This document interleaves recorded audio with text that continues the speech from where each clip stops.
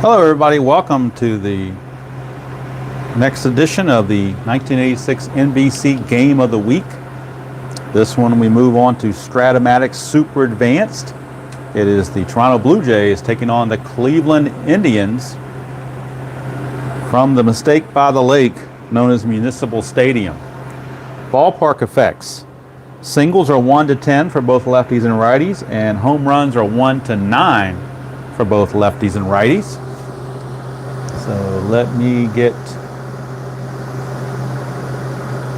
this all up to speed. The replay date of this game is May the 24th, 1986.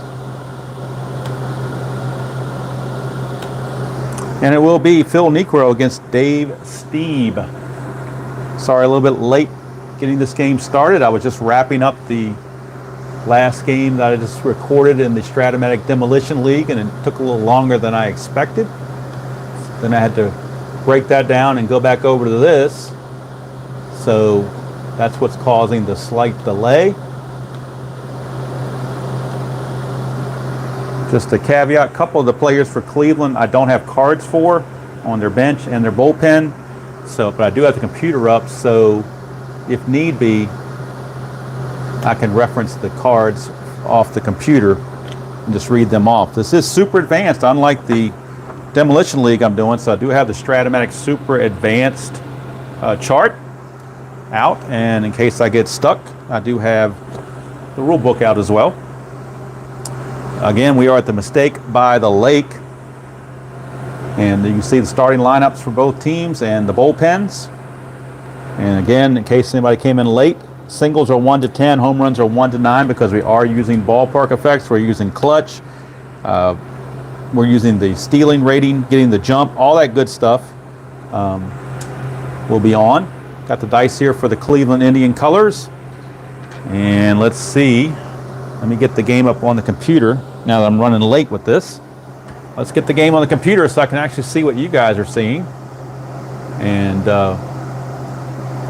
hopefully it looks okay. Like I said, kind of not rushing it, but kind of rushing it to get it going because I knew I was running late. So it looks like, other than getting these stupid base runners out of the view of the camera, it looks like everything else is pretty good as far as the vision goes. I might even be able to lower the camera a little bit. Let's see about doing that so that you can see. And hopefully I won't mess anything up by doing that. But hopefully get a little bit closer so you can see the cards better. I think that might be a better deal there. Hello Brandon, how are you doing?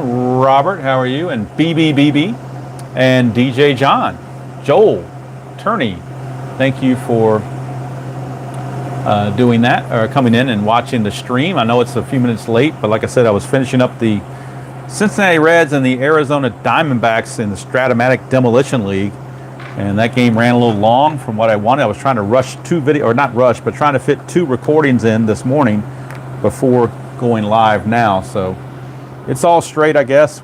We'll go with it from here. I'm glad everyone is here for the ball game. Hope you're enjoying your Saturday so far.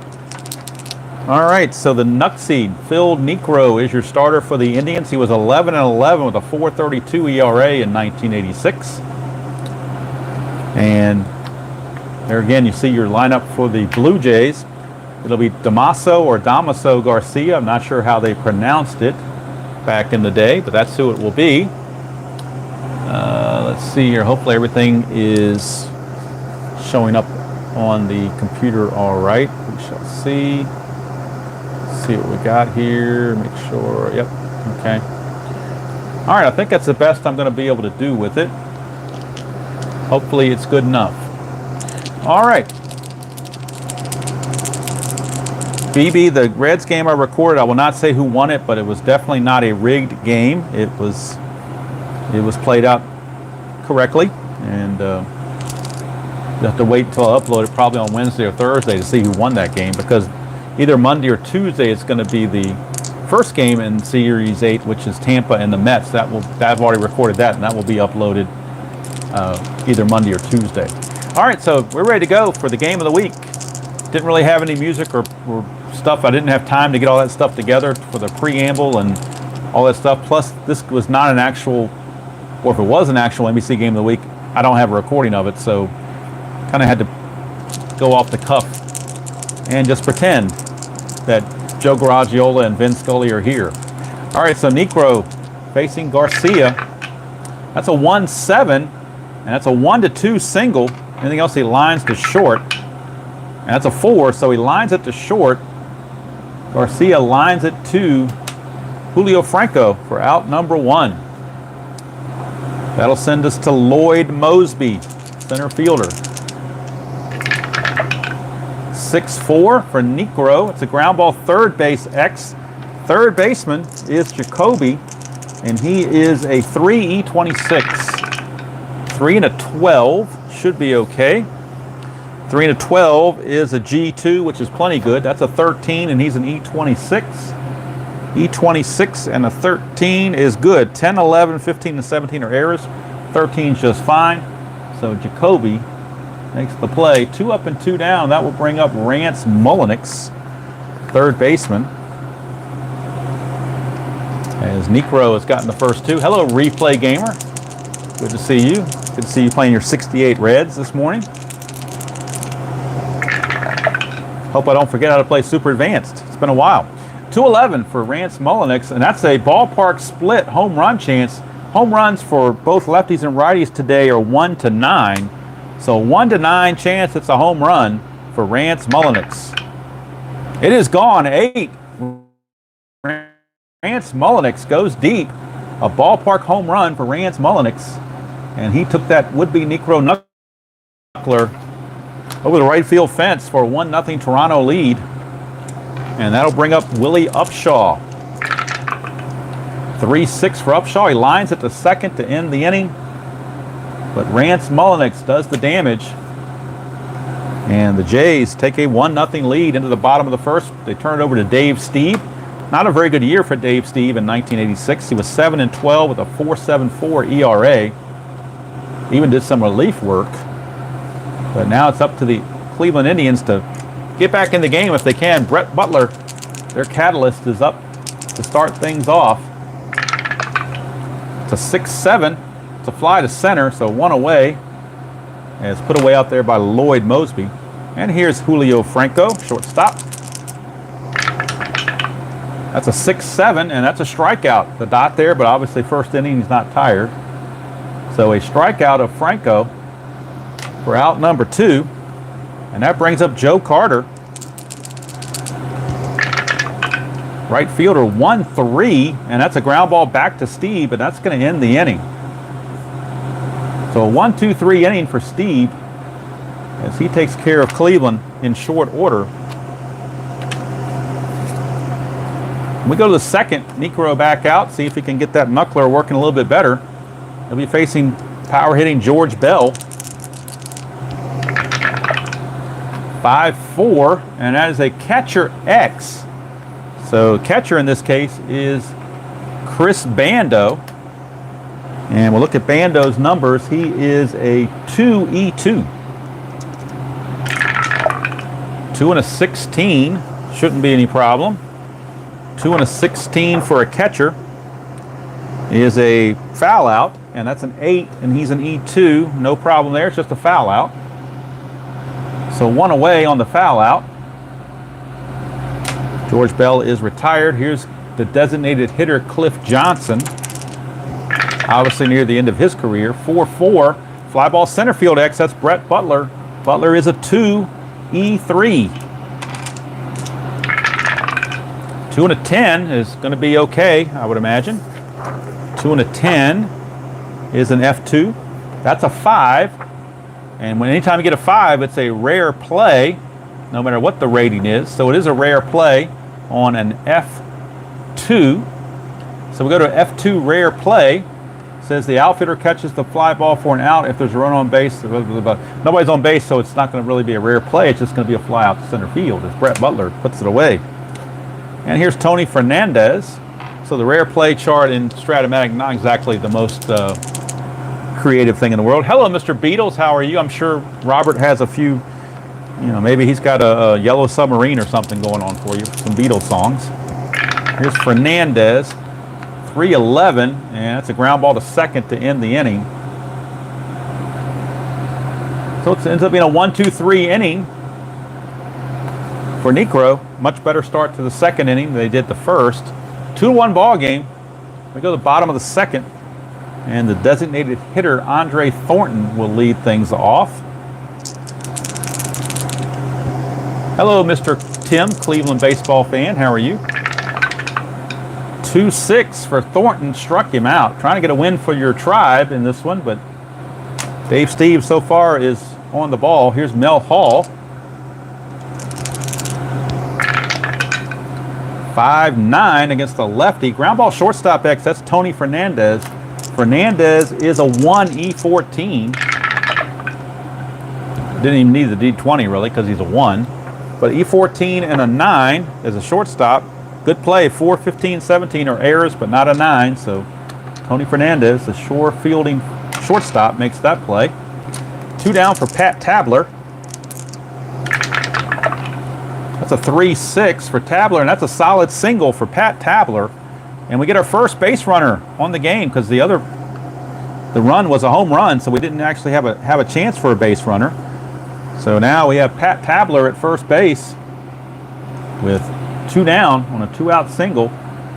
Now Tabler, not really a threat to run, but we need the D20 for the first time to check balks, pickoffs, all that stuff. Nothing happening. So that brings up Brooke Jacoby. Tabler will not be held. 5-11. That's a ground ball to third. It's going to end the inning. So nothing doing there for the Tribe here in the second, as Brooke Jacoby comes up empty-handed. And we go to the third, still 1-0 Toronto. And I appreciate everybody who's coming in so far for the stream, whether you're a star, potential star, think you're a star, or a sad sack or whatever, but to use a history maker term. But I appreciate all of you guys here. You're all stars in my opinion. So we go to the top of the third for Rick Leach, former Michigan quarterback. He's going to lead things off. 6-6, and that's a fly to right field. Hauled in out there by the right fielder, Joe Carter. 1 down for the number 9 hitter, Buck Martinez. 1-2 for Martinez. Whoops, my pen flipped out of my hand. 1-2 is a ground ball to third. Jacoby all over it. 2 up and 2 down, and that brings up the top of the order for Damaso Garcia. Or Damaso Garcia, I'm not sure the full pronunciation or correct one. I've heard them both. 5-8, it's a pop out to third. He's tired, there's a dot there, but he's not tired, obviously. So pop out to third is good. We go to the bottom of the third, still 1-0. The Rand Smolinix home run, the only dent on the scoreboard. All right, Tony Bernazard will lead it off, number 8 hitter. 1-9 for Bernazard. That's a damage done. 1-6 is a triple. 7-20 is a single. Single for Tony Bernazard. He leads off with a base hit. And he definitely is a threat to run, or at least try to get a jump. We'll see if they want to mess with anything here. Bernazard is here. Looking at his card, we'll leave his card back up here. To get a jump, he needs a 2 through 5 or a 12. 12, he got the jump. How about that? He got the jump on the 12. So that's a 16. Both pitcher and catcher batteries are -1 factors. And then, of course, the -2 for being held makes them a -3. So a 16 -3 is a 13. 1-13 for Bernazard. And he gets caught stealing. Go figure. He gets the jump, and then he gets caught stealing. He went through all that trouble to get the jump, and then he gets caught stealing. How do you like that? That'll bring up Chris Bando, switch hitting catcher. 5-12, batting left-handed. That's a ballpark single check, which is a 1-10 here at the Mistake by the Lake. That's a 1. So it's a base hit for Chris Bando. Now he's not going to make the mistake of trying to steal. He's station to station guy, but he is aboard on the single. And now how big was the caught stealing? Prior, the Indians could have had a couple guys on, but not to be. Here's Brett Butler. Need to roll the thing here for Steve. Nothing happening. So here's Butler. 2-7 for Butler, and that's more damage done. 1-2 is a triple, 3-20 is a single, and Bando will take third. That's a single. Bando will swing over to third base. Brett Butler, the runner now at first, and the Indians have something cooking early on. Now don't tell me I can't find my Brett Butler base runner. Just had him. What did I do with him? How did he get dropped? I was doing this stuff in a hurry. I may have dropped him. I don't remember. I can't find him. So we'll have to mosey on without him and just use somebody else, and we'll call this Butler. So I can't find it off the top of my head, and I don't want to take time. So Butler's the runner at first. I'll tell you, when I was trying to get this together after the Demolition League, I didn't have much time to prepare. Only preparation I had is what I did beforehand, so before today, so kind of going off the cuff. But Butler with the single puts Bando at third, runners on the corners with only one out. Infield's going to play for double play as Julio Franco is up to the plate. Now Butler could try to get a jump. 2-6 or a 12 would get him a jump. So let's see. That could avoid the double play if they can get a steal. But if it gets caught stealing, that could really be a damage. So they're going to try to get the jump. 3, he gets the jump. So Butler, a 17, -3 with the pitcher hold and the -2. Makes him a -3, 1-14. And he's in there. Stolen base for Butler. That takes away the double play. So that could be a big play right there by stealing the base. It takes the double play away. The Blue Jays will still play the infield back. And we'll make sure there's no balk or pickoff or anything going on. There's not. So infield is back. They will give up the run to get the out. And here's Julio Franco. 6-11. That's a ground ball, third base A. So let's check the super advanced chart with the infield back. Runners at second and third. Infield back is a 5. If hit to second or short, batter out, runners advance one base. Otherwise, batter out, runner holds. So since it was hit to third, the runner's got to hold. How about that? Since it was hit to third, he has to hold. So Bando didn't get a good jump off the bag, and he just got frozen at third, and then by the time he realized he was in no man's land, and now there's 2 away, the infield can go back to normal. Nothing on the havoc. Here is Joe Carter. 2-7 for Carter, and he struck him out. And how about that? Dave Steve pitches out of that mess. Somehow he did it. And at the end of 3, still 1-0 Blue Jays. Boy, that could come back to haunt the Indians right there later in the game by missing that kind of opportunity. So we go back to the 4th now, and it'll be Lloyd Mosby to lead it off for the Jays. It'll be Mosby, Mullenix, and Upshaw. Of course, Mullenix had the home run to account for the only run of the game. All right, here's Mosby against Necro. 2-8, struck him out. So Necro, unfazed by the inability of the Indian offense to score, he comes back and strikes out Mosby. Here's Mullenix, who homered his first time up, counting for the only run of the game. 3-8, he's going to ground to first this time. And an easy play there for Pat Tabler. 2 up and 2 down, and that brings up Willie Upshaw. 2-5 for Upshaw. It's a 2-out walk. So Willie Upshaw drawing the 2-out walk. And we'll see if he's thinking about doing any kind of running. Get himself into scoring position. Upshaw, pretty good base runner. So they're going to see if he can get the jump. If he gets the jump, he's an 18. So he needs a 4 or a 6. 6, he got the jump. So Upshaw, 18. And again, -3 aggregate when you count the pitcher, catcher hold, and the -2. So it makes it a 1-15 to steal it. And he does. It's a 1. Possible throwing error on Bando. His T rating's a 6. That's a 19, so there's no throwing error, but Upshaw will steal second base. Gets himself into scoring position for George Bell. So important batter here for Necro. Try to keep the score where it is. 2, chance for a balk or a pass ball. We're checking balks, and he's got a 3 balk rating. No balk, so stayed away from that. All right, Necro to Bell. 3-8 to Bell. Pops it to short, and that's going to end the inning. So Necro pitches out of that little bit of a skirmish. And we go to the bottom of the 4th. Still 1-0. Steve back out. And he will be facing Andre Thornton, the designated hitter, followed by Mel Hall and Pat Tabler. 6-7, and that's a strikeout. He's a dot there, but obviously he's not tired this early. So good to go there. And here's Mel Hall. Indians still ruining that previous inning, missing golden opportunities. 3-9 struck him out. So 2 down as Steve has come back. He has struck out the last 3 he has faced going back to the previous inning. Here's Tabler. Thank you, DJ. I've been experimenting, trying to. I really got this on 2 guys I can thank this for. One is Replay Gamer for using this old Stratomatic board that seems to work well.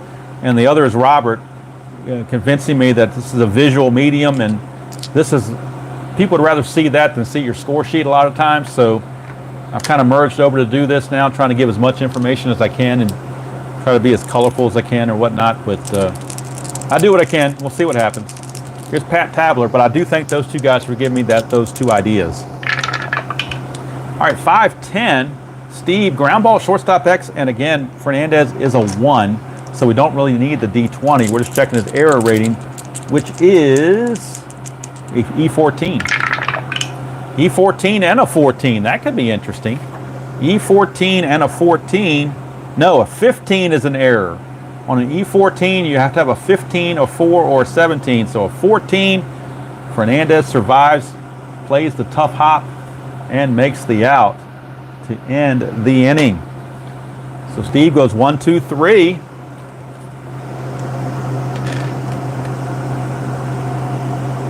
Thank you, Beatles. Robert would probably disagree with you on the pun thing, but I guess, you know, it's to each their own and their preferences. I'm sure I get Robert has had his share of groans with the puns, so we shall see. All right, and I might try to beat Robert to the punch on a cheap plug, because I believe he's got the Yankees and the Brewers tonight on his channel. Game 5 of the playoffs. Winner to face. Well, I won't say they're going to face in case you haven't seen the other video, but that's to go to the ALCS. So. You think he secretly loves the puns? I don't know. It could be. Could be. If he won't let on if he did. So, all right. So here is Cliff Johnson. Flew to center his first chance. 6-5, and that's a ground ball to third. Jacoby is there on top of it, 1 away, and that'll bring up Tony Fernandez, the shortstop.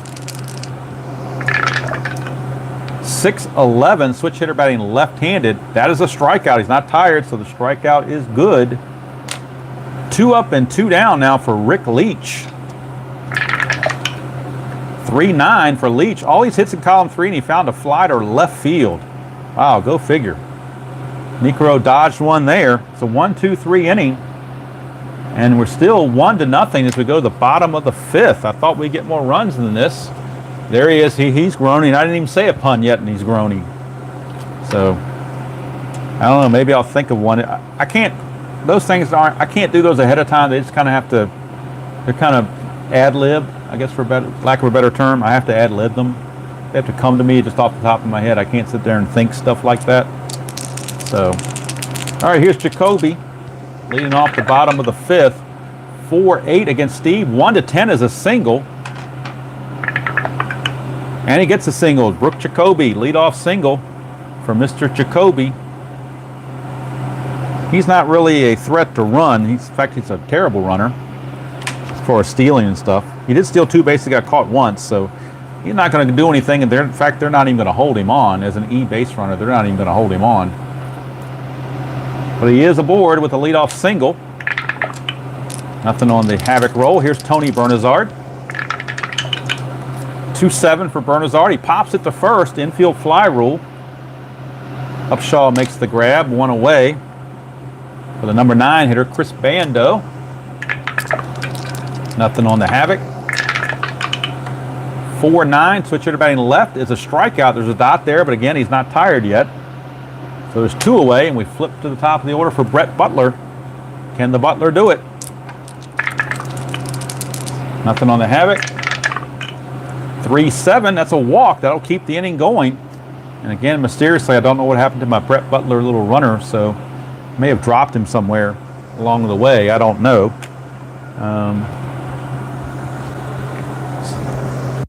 Sure, I could find him, but I don't know where he is. I don't want to take the time. So it's not that important. All right, so Butler draws the 2-out walk, keeps the inning going for Julio Franco. Franco now with a chance to tie the game or put his team in the lead. Nothing happening. 6-8, and he will do it. He will at least tie the game. Can't put him in the lead because there's 2 stars either way. But a 1-11 is a double, 12-20 is a single. That's a double for Julio Franco. Jacoby will score. Butler will take third. And Julio Generosimo Franco with a big 2-out double. And that has tied the game at 1. And Joe Carter's coming up with runners at second and third. And 2 down, and Steve now has to bear down as the inning started innocently enough, a single, but then 2 quick outs. But then that walk that preceded the double was the killer. And that scores Jacoby to tie the game. Now, Steve has to settle in against a tough Joe Carter. 1-8, and Carter grounds to short with a plus sign, but in super advanced, you don't automatically get that hit. If Franco's being held, he's being held by the second baseman for a right-handed hitter. So the ground ball to short has no effect. It's just going to be a ground out to end the inning. In advance, that would have gotten through for a base hit. But in super advanced, it did not. So we complete 5 innings in the books, and we're tied at 1 apiece here in Cleveland. Thank you for everyone who's come in to watch. Whether you've chatted or not is not that big of a deal. I'm glad you do, but those that just like to watch, happy to have you as well. Top of the 6th, this will be the fatigue inning for both pitchers. So we got to monitor fatigue and look at their bullpens. Buck Martinez will lead off for the Blue Jays. He grounded to third his first time up. 1-1, top of the 6th. 1-5, struck him out. Negro got that knuckler whiffling, looked like a wiffle ball in there, and Martinez had no clue. Here's Garcia. He's lined to short and popped to third. 4-7, and that's a walk. So not a good thing to do there. You don't want to start walking guys for sure. And Garcia draws the 1-out walk. Now, would he consider getting a jump or trying to get a jump? 15 would be a 1-12 if he got the jump. So let's see if he can get the jump. He needs a 2 through 6 or a 12. Whoop, the red die didn't go through. That's sewer dice. Let's try again. That's a 10, so he did not get the jump. It's a moot point. And Lloyd Mosby, the batter. Garcia at first, 1 down. Obviously being held on. 6-7, and that's another walk. So Necro getting the Depends Award for the lack of control. And all of a sudden,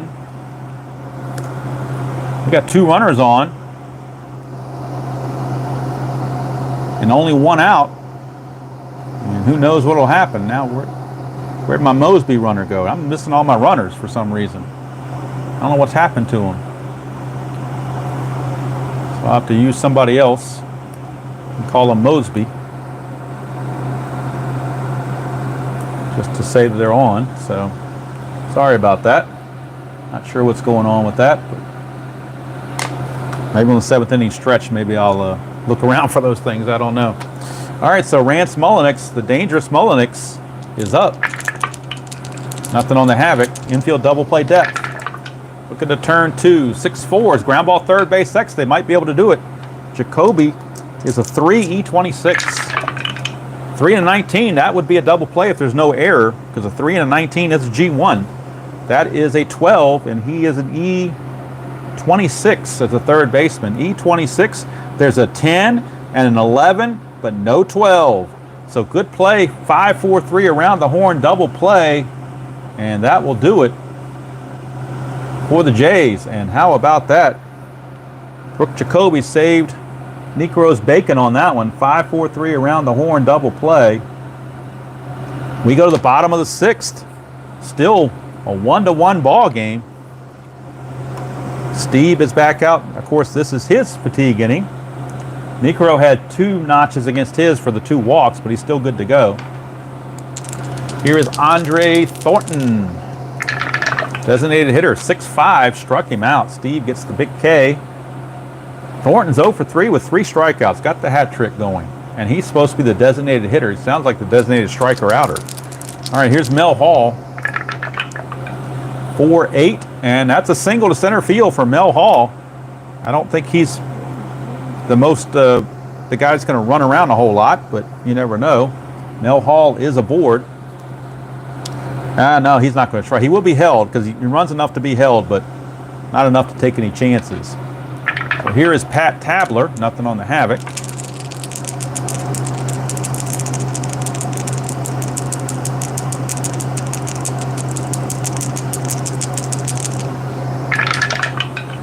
.38 for Tabler. That's a strikeout, 2 down. Tabler out on strikes. 2 down, and that's going to bring up Brooke Jacoby. He had the big double. I'm sorry, big single, RBI single his last time up to tie the game. Oh, Havoc roll, almost forgot. Nope, nothing happening. 3-11, and that's a ballpark single check, and that's a 1-10 at the mistake by the lake. It's a 9, it's a base hit, it's only 1 star. So it's first and second with 2 outs. But Jacoby gets another hit. And 1 more base runner, and Steve will reach fatigue level. So he's got to be careful about that. First and second, 2 down. And Havoc roll, nothing happening. 6-4, switch hitter batting left. Ground ball third base X, that is Mullenix. Rance Mullenix checks in as a 3, E12. 3 and a 9 should be good. It is a G3, that's good enough. That's a 10 for an E12, and that's good enough. So Mullenix makes the play. Sorry about that. Little frog in my throat there. He makes the play, and at the end of 6, we're still tied at 1. We go to the 7th. Phil Necro back out.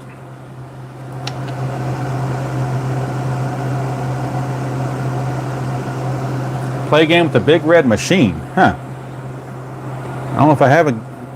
I'm not into the 70s right now, so it's kind of hard to do that. I did that earlier, but that was the White Sox. That was American League.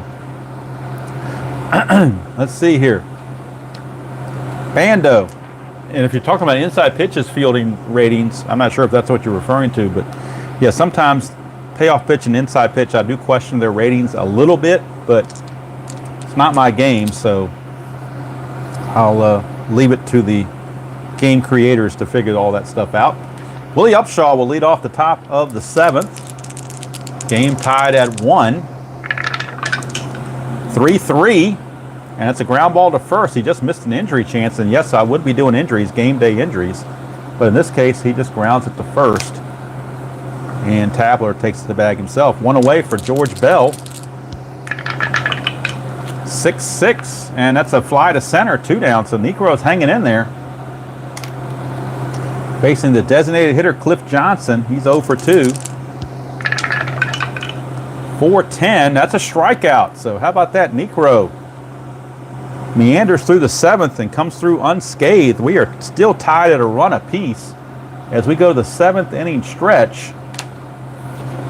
And I'm going to stand up and stretch myself. I don't think I have any music prepared because, like I said, I was trying to throw this all together. at one chance, and just seeing what I could do, because I was in a hurry from the Strat Demolition League. So sing your own, take me out to the ball games for this one. I did want to stand up and stretch a little bit. When you get old, kind of need to stretch some, at least I do, so I don't feel so stiff. All right. I will say that even though inside pitch may not be the most accurate game in the world, I do agree with Robert. I believe it's the most fun to play that game. You never know what's going to happen. Anything can happen. Things come up all the time. And I thought the stats came up pretty reasonable in my Nationals replay, so it's not, I wouldn't consider it an inaccurate game. I mean, I wouldn't put it up there with Strat, but it has a lot of things that Strat doesn't have either. So, you know, it's all, like I say, it's all in what game you like and what system you like, but all of them do a good job in my opinion. Some have things that are better than others, but that's why there's so many games out there, and freedom of choice, you get to pick what game you like.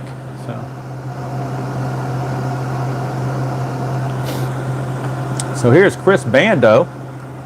Bando will lead off the bottom of the 7th, tied at a run apiece. See what Steve can do. 1-4, that's a strikeout. So he gets Bando on strikes, and that will flip the order over to Brett Butler. Don't know if we have free baseball on this one or not. Still a few innings to go. 6-10. Ground ball to first, and that's an easy play for Willie Upshaw. 2 up and 2 down. It's Julio Franco's turn. See what he can do. 6-7 against a righty. That's a strikeout. There's a dot, but Steve did not reach his point of weakness yet, so the strikeout is good. And we go to the 8th inning, tied at a run apiece. Niekro is back out. He's been pitching well, so why take him out? Bullpen's kind of shaky for Cleveland anyway. So it'll be Tony Fernandez to lead off the top of the 8th. Fernandez 0 for 2. 3-11, and it's 0 for 3 now on a ground ball to second. Handled easily by Bernazard. 1 away for the former Michigan Wolverine, Rick Leach. 2-5, and that's a solid single for Rick Leach. 1 out single. And now the Cleveland bullpen is starting to stir just a little bit. There's some shuffling of jackets and whatnot, and gloves and everything else down there. So let's look at the Cleveland bullpen. They do have, with the lefties potentially coming up for the Blue Jays, they do have lefty Scott Bales loosening in the bullpen in back of Niekro, but right now it's still Niekro. Martinez, not the best bunter in the world. Plus, there's already 1 out, so they're going to have him swing away. 2, chance for a balk or a pass ball. We are checking balks. He's a 3. No balk, so Niekro escapes that. Pitch to Martinez, 2-6. Pop out to short. 2 down. And that flips the order over to Garcia with Leach still at first base. And Leach does not run well at all. He's not even being held on. Nothing happened on the Havoc. Niekro 6-6. That's a fly to center. That's going to end the inning. So Niekro makes it through 8 innings. Remember, this is 1986, not 2022 or 23 or 21 or whatever. And these guys can actually stay out there and pitch, particularly since it's a 1-1 game. So we go to the bottom of the 8th. Hey Larry, how are you doing? 1-1, bottom of the 8th. Steve back out, but he's on a short leash. They do have right-hander Mark Foghorn Eichhorn in the bullpen for the Blue Jays. Blue Jays have all right-handers in the bullpen, no lefties, so they can't play matchups. They just got to go with who they think is the better matchup with a right-hander. So it's going to be Eichhorn, allegedly. But right now, Steve's still in there. 1-7, and he's going to get Carter to fly to center, 1 away. So neither pitcher wants to flinch. Speaking of flinching, here's Andre Thornton. He's 0 for 3 with 3 strikeouts, going for the golden sombrero, perhaps. 4-10. Nope, it's a ballpark single check. It's a 1-10. It's an 18, so he gets a bad break out of that and ends up flying to left field. So 2 down, Thornton can't catch a break. Here's Mel Hall, 2 outs, base is clear. Might just be a long ball that ends this thing. 2-6. Well, that's a base hit right there. 1-12, that's double. It is a 12, so Mel Hall, a 2-out double for Mel Hall.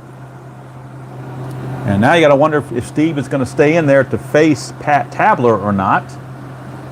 Mel Hall at second base will have to be held on. Tabler, the batter.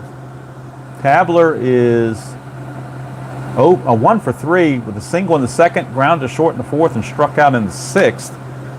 Do you bring in Mark Eichhorn at this point? That's the question. Any Toronto Blue Jay fans out there want to chime in? I think they will. I think they're gonna pull Steve. They're gonna bring in Mark Eichhorn. He was 14-6 with a 1.72 ERA and 10 saves out of the Toronto bullpen. He had a rubber arm, kind of a sidewinding right-hander with a rubber arm. So Mark Eichhorn, the first relief pitcher to enter the game. And he's got a big spot in front of him, Pat Tabler, with Mel Hall at second and 2 down in the bottom of the 8th of a 1-1 game. Havoc roll, nothing happening. Eichhorn to Tabler. This could be the biggest batter of the game right here. 4-4. Catcher X. Catcher is Buck Martinez, and Martinez is a 3-4. 3-17. Should be no problem at all. 3-17 is a G3, and then we got a 12 on an E4. Catcher 12. Nope, 16, 17, 18 is the error. This one is not. It's a G3, which is simply a ground out to the catcher to end the inning. So Eichhorn gets out of the jam. We go to the 9th, tied at 1. And now with the lefties coming up for the Blue Jays, the Indians will go to their bullpen and they will bring in Scott Bales. So Scott Bales, the lefty, will be coming on to pitch.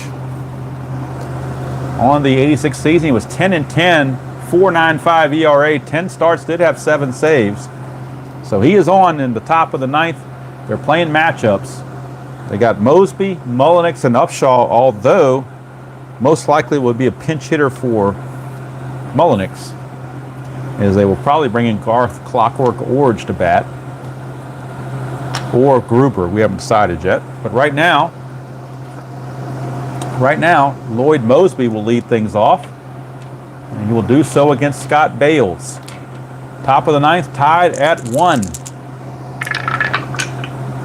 2-5 against the lefty, struck him out. So Scott Bales starts out with a strikeout, and that brings up Mullenix, but he doesn't hit well against lefties. Unless you're an inside pitch, then he does hit well against lefties because he's usually not carded for splits because he has so few at-bats. He only had 6% of his at-bats against lefties. So that's the one knock on inside pitch that I have, one of the very few ones, is that a guy like Mullenix will not be rated for splits, and you could use him without consequence. But not in Strat. In Strat, we're going to send out the right-handed hitting Garth Orange, and he will of course take over at third base as well. But Orange is there in place of Mullenix, and defensively Orange is a 3E19, which is a little bit worse than Mullenix, but not too bad. Very, very similar actually. 3E12 versus 3E19, so it's not that far off. All right. No, Rich Yett is waiting in the background. So Garth Orange with 1 out. Orange pinch hitting. 2-5. Oh, he just missed a single. Ground ball to short. 2 down on a ground ball to short on a 2-5. And in case you were curious, Mullenix would have struck out. So Either way, there are 2 outs now. 4. Willie Upshaw, another lefty. Upshaw with 2 outs and the bases clear. 4-11 against the left-hander. That's a walk. So Scott Bales will walk Willie Upshaw with 2 outs and the base is empty. That puts a base runner on as Upshaw is aboard. And it brings up the very dangerous George Bell. So they're going to stick with Bales. Nothing. Oh, it's a 2, so chance for a balk or a pass ball. We're looking at balk rating. His balk rating's a 6. 18, no balk. So he stays in there. Here's a pitch to Bell. 3-4, and that's a ground ball to second. That's going to end the inning. So Bales does it. He gets out of the mess. We go to the bottom of the 9th, tied at 1. And Eichhorn back out. And Eichhorn will be facing Jacoby, Bernazard, and Bando. At least those are scheduled hitters. Jacoby will lead things off against Mr. Eichhorn. 2-8, struck him out. We could be looking at free baseball. I'd rather have this game end in 9 innings, but this may not be in the cards, pardon the pun. 6-7, and that's a ground ball to second. 2 down. So unless Chris Bando does something, we're going to extra innings.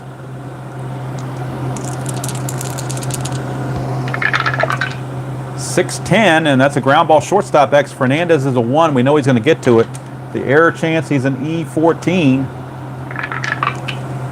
Oops, didn't roll all 3. That gotta get used to super advanced again.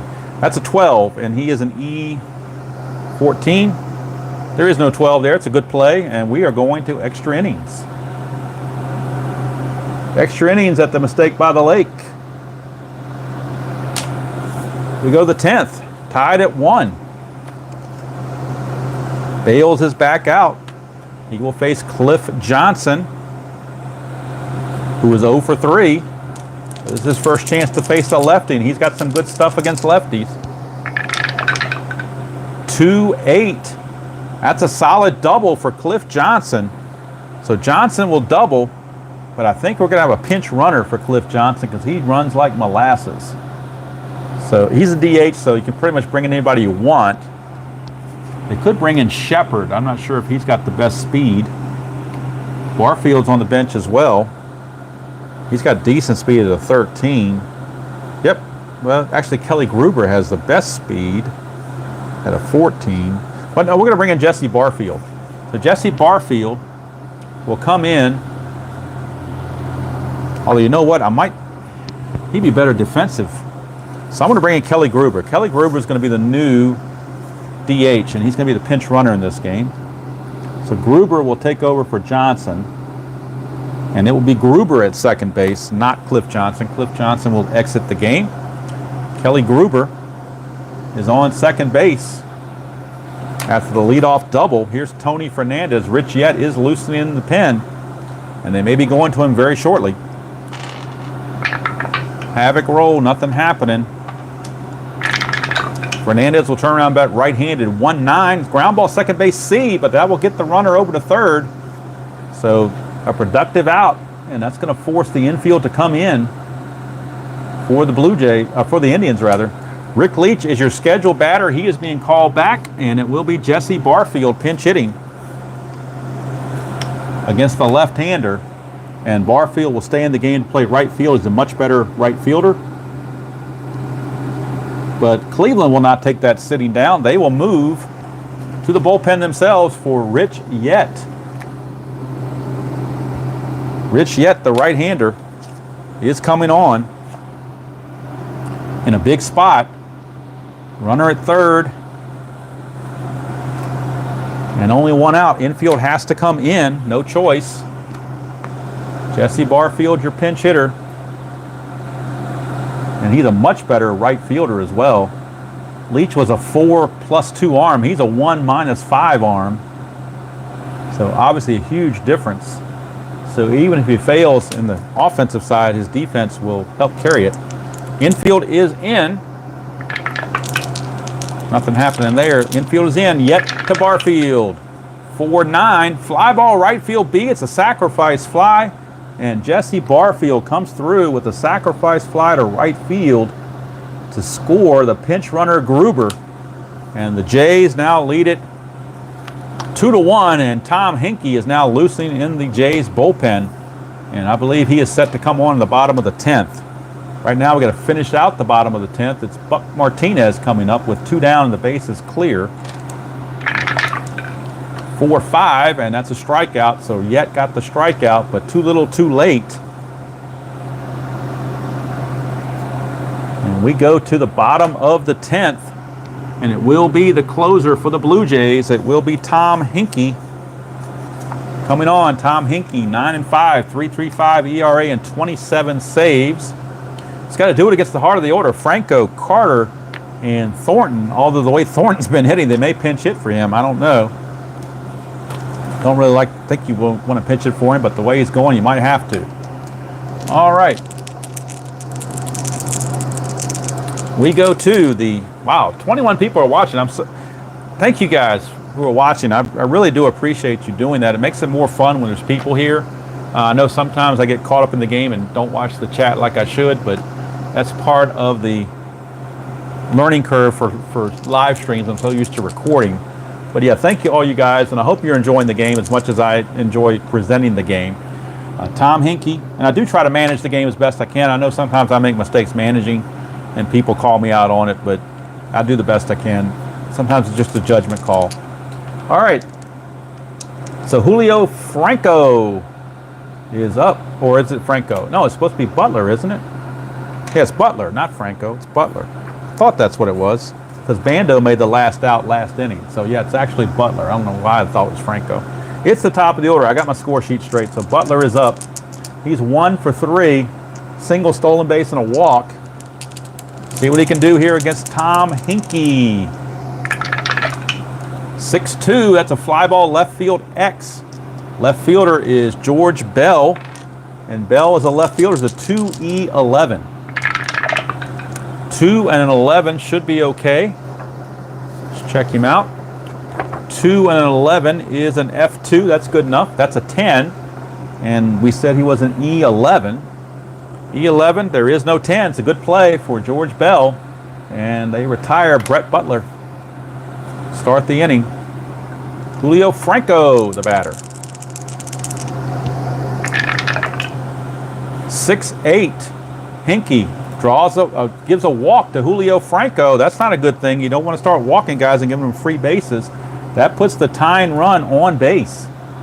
With the winning run coming to the plate, and Joe Carter, he could do a 1993 version here and walk it off with a home run, but that may be getting a little premature. Franco will be held, but no way in the world he's going to go anywhere. They're not going to take the bat out of the hands of Joe Carter. Havoc roll, nothing happening. Joe Carter to Hinkie. Double play depth for the infield. Franco is being held. 5-5. Struck him out. Big strikeout for Hinkie as he gets Joe Carter. And now it's Andre Thornton, who's 0 for 4 with 3 strikeouts. Do you dare let him hit again? Or you go to the bench. They're going to go to the bench. They're going to the bench. They got choices here. Either Otis Nixon or Carmelo Castillo. Those are the 2 best options they have. Nixon hits 263. Castillo hit 278, but he is right-handed. Nixon being a switch hitter. But I think they're going to go to the best average they have, which is Carmelo Castillo, rather. He will pinch hit for Thornton, and Andre Thornton fans may be disagreeing with that, but given his performance in the game, I feel like I have to. I don't want to feel like I'm on autopilot and letting this slide. So Castillo, the batter. Tribe fan, if you're still around, is that a prudent move, or should I have left Thornton in there? I don't know. And yes, BB, just like RJL would say, what did you expect? The 1-2-3 final inning. All right. Havoc roll. Nothing happening. Castillo with a chance. See what he can do. 6-10. Fly ball center field exits Lloyd Mosby. He has a chance to put this away and end the ball game. Mosby is a 2E7. 2 and a 14, he will get to it. The only question is an error. E7 and a 8. E7, there is no 8. Lloyd Mosby puts it away, and there's your ball game. Tom Hinkie saves it for the Jays. They win it 2-1 over the Cleveland Indians in a nip and tuck battle here on the game of the week. Tom Hinkie earns the save. The winning pitcher is Dave Stieb. Actually, I'm sorry, not Dave Stieb. The winning pitcher actually is Mark Eichhorn, because he was in relief and had pitched the bottom of the ninth, so he was the pitcher of record. Hinkie gets the save. The loss, unfortunately, goes to Scott Bales, as he allowed that double to Cliff Johnson, and then when they brought in Yet, it was the inherited runner that scored against Barfield on the sacrifice fly, so that run was charged to Scott Bales. So Bales takes the loss. Eichhorn the win, Bales the loss, Hinkie the save. 2-1 your final. Since I don't have the game on the computer, I got to manually do the hits and all that stuff, left on base and whatnot, so I'll do that real quickly. One hit. Let's see here. You know, through 7 innings, Toronto only had 1 hit. That was the Mullinex home run. Had a couple of walks, but only 1 hit. So 1 hit there. Didn't get the second hit until the 8th inning. Let's see. So that's 2, 3. I only got him for 3 hits. 2 runs on 3 hits. Did anybody make an error? I don't think anybody made an error in this game, did they? I don't believe so. I'm going to trust it's a 0 there. Left on base. Let's see. Not that many. 1, 2, 3, 4. I got him just for 4 left on base. Let's bring this over here a little bit further. I got him for 2 runs, 3 hits, no errors, and 4 left on. For Cleveland, let's see what they did for hits. 1, 2, 3, 4, 5, 6, 7, 8. I got him for 8 hits. So they had a lot of left on base. I remember earlier on I said I was going to come back and bite them. Let's check left on base officially. 1, 2, 3, 4, 5, 6, 7, 8. They left 9 on base. That was their big bugaboo, was leaving the guys on base. So there is your final line score for the Blue Jays. 2 runs, 3 hits, no errors, and 4 left.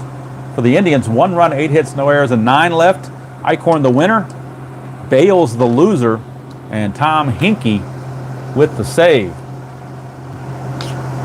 No, for these games, Appa Chatter, I'm not using the Bob Carpenter scorebook. I use that when I do a season replay for one team. This is just a mixture of games of the week variety, so I'm just using the Baseball Sim Research Ron Bernier score sheets that I print off, because it makes it easier for me to put the ratings in and whatnot. So that's just what I use for that.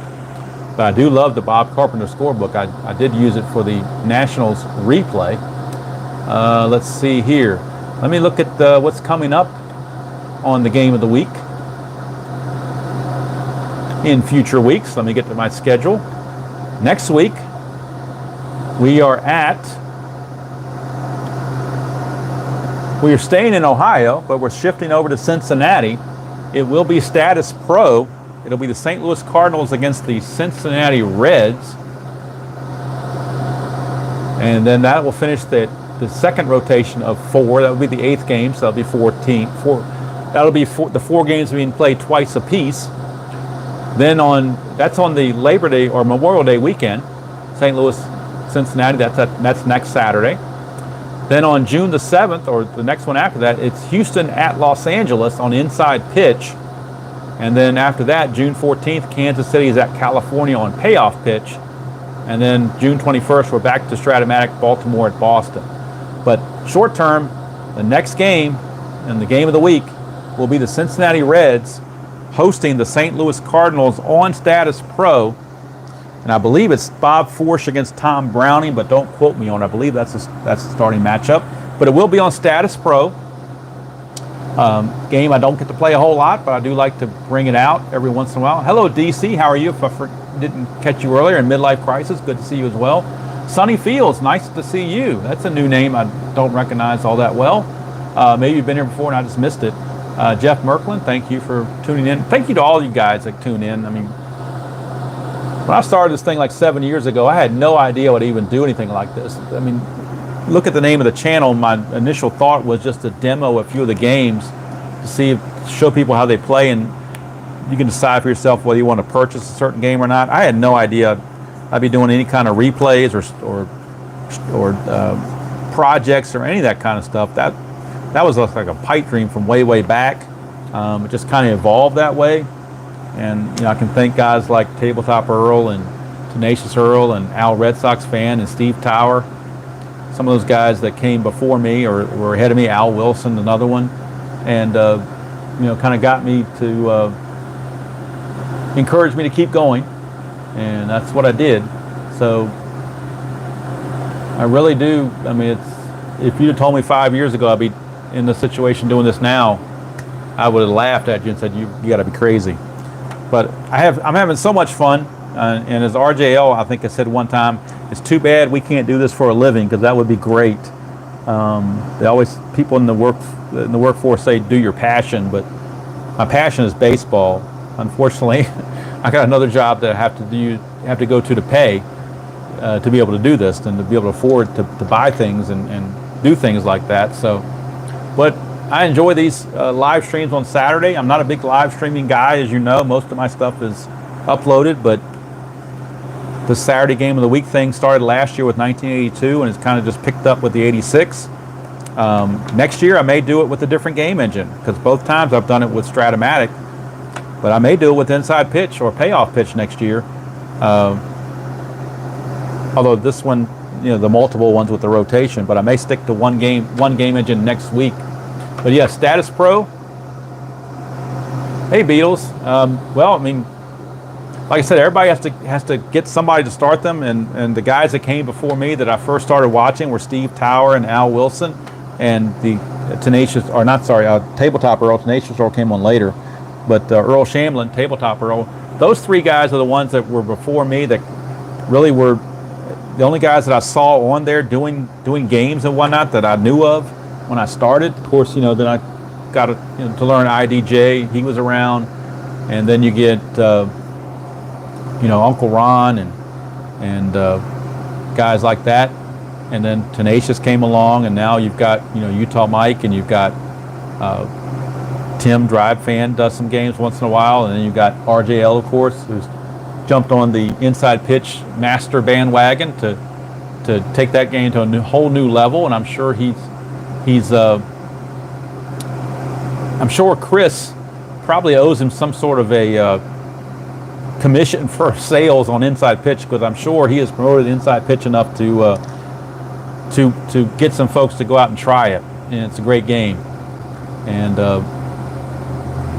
so that's kind of it, I guess. I don't know. It's supposed to be 98 degrees today here in Virginia, so yes, I'm staying indoors as much as possible. Coming up on the channel, like I said earlier today, I did record 2 games in the Demolition League. So the first game that I recorded was Tampa Bay at the Mets. First game in Series 8. That will post probably Monday, maybe Tuesday, but I'm thinking more like Monday. And then the second game that's going to post probably on either Wednesday or Thursday will be the Arizona at Cincinnati game. So both those were good games. I enjoyed playing both of those and recording both of those. So hopefully they turn out well. We shall see. But I just, like I said, it's just a break away from real life and getting to do this. And I'm actually thinking about, boy, I hate to use the word, anytime you talk about starting a new project, it kind of get the heebie-jeebies, because you want to make sure you finish the ones you're already on. And I don't really necessarily call this a project because it's just a once-a-week thing, but the Stratomatic Demolition League, I've played I think I'm up to 107 games now out of 270, so I'm almost at the halfway point. I'm definitely going to keep that going. But if I do start a new project on a different game engine, then I will reduce the number of videos I show on the Stratomatic Demolition League. I'll just pick the games that have the best matchups that go towards the the standings and playoffs and so forth.